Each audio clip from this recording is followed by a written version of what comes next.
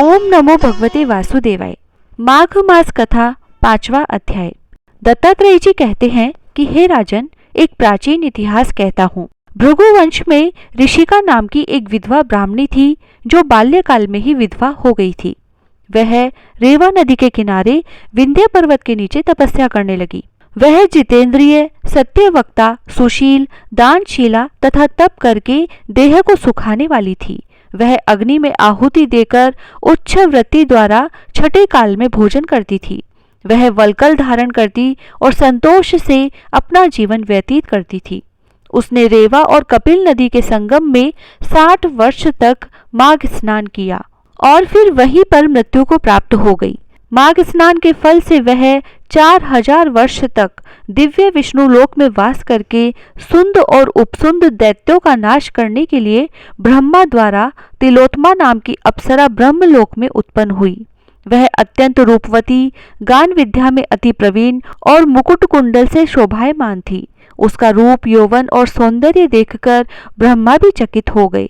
वह कुमारी तिलोत्मा रेवा नदी के पवित्र जल में स्नान करके वन में बैठी थी। तब सुंद और उपसुंद के सैनिकों ने चंद्रमा के समान रूपवती को देखकर अपने राजा सुंद और उपसुंद से उसके रूप की शोभा का वर्णन किया और कहने लगे कि कामदेव को लज्जित करने वाली ऐसी परम सुंदरी स्त्री हमने कभी नहीं देखी, आप भी चलकर देखें।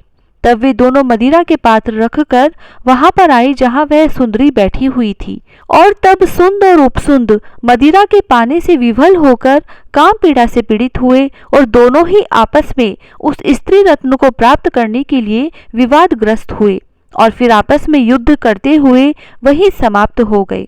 तब उन दोनों को मरा हुआ देखकर उनके सैनिकों ने बड़ा कोलाहल मचाया और तब तिलोत्मा काल रात्रि के समान उनको पर्वत से गिराती हुई 10 दिशाओं को प्रकाशमान करती हुई आकाश में चली गई और देव कार्य सिद्ध करके ब्रह्मा के सामने आई तो ब्रह्मा जी ने प्रसन्नता से कहा, हे चंद्रवदनी, मैंने तुमको सूर्य के रथ पर स्थान दिया।